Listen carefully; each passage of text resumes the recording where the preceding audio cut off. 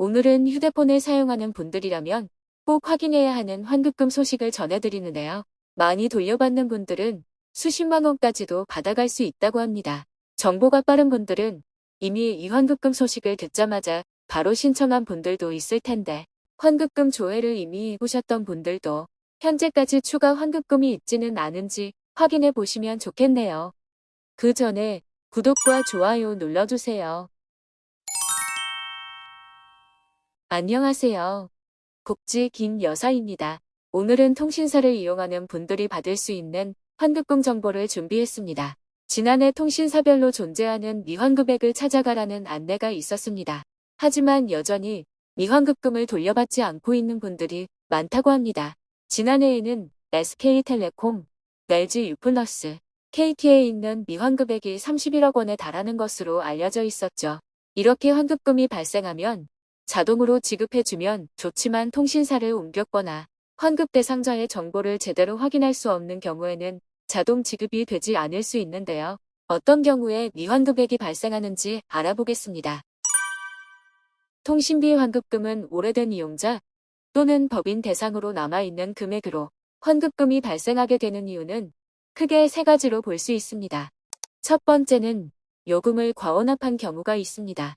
특히 해지나 번호 이동 시 해지 정산 요금을 미리 납부하고 해지했지만 사후 정산 결과 할인 조건이 미반영되었거나 정산 요금이 이중으로 납부되는 경우가 있습니다. 두 번째는 단말기 할부를 이용할 때 미리 납부하는 단말기 할부 보증보험료가 미환급되는 경우입니다. 휴대폰을 구매할 때 할부 보증보험료를 납부했던 분들은 조기에 통신사를 옮겼을 경우 보증보험료 일부를 환급받아야 합니다. 세 번째는 유선 서비스를 이용했던 분들이 해당되는 보증금 환급금입니다.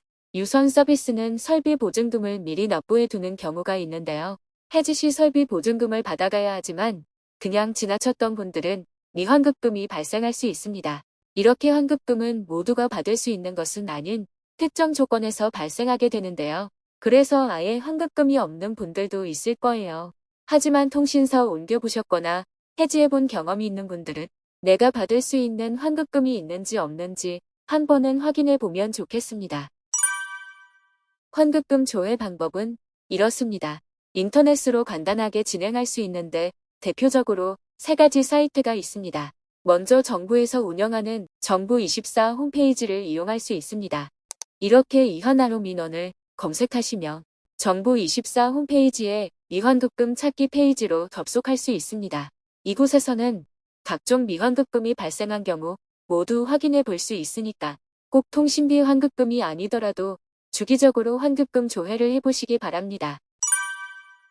두 번째는 스마트 초이스에서 확인하는 방법입니다.